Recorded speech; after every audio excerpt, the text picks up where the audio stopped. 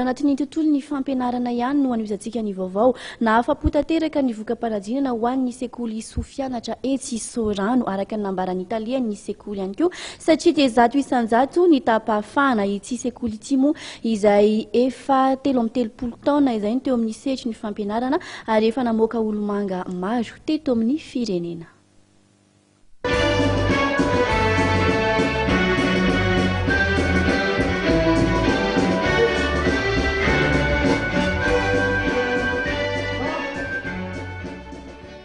Anisan'ny sekoly manana ny maha izy azy eto Antananarivo ny sekoly Soafianatra ity soarano satria anisan'ireo sekoly tsy miankina nampiasa voalohany teny frantsay teto Madagasikara. Araka ny fanazavana Andriamatoa raha anitry ny aina Normalala talen'ny sekoly dia efa mankalaza ny fahatelo amin'ny 30 taona izy ankehitriny. Raha ny vokam-panadinana hatr'izay indray dia nahafam-po tanteraka raha tsy laza afa-tsy ny tamin'ity taona ity izay zato isanjato ny tahampahafahana tamin'ny fanadinana CEPE sy ny BEPC.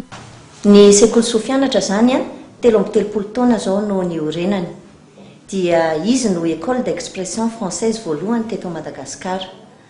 Manana mpampianatra manana traikefa sy zadraraha izahay ary ny isan'ny mpianatra dia limité.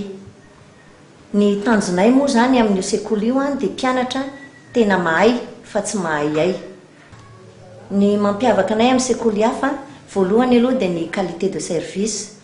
Zao fialatsa satry zao dia manao cours de remise à niveau zay amin'ny klasy rehetra ary tsy mifidy na ankizy avy any ivelany na ny ankizy ao aminay koa te hanamafy. Dia misy koa ny cours de français parlé ary ohatr'izay koa anglais parlé. Dia manao formation psychopédagogique izahay ho an'ny olona te hiofana ho mpampianatra.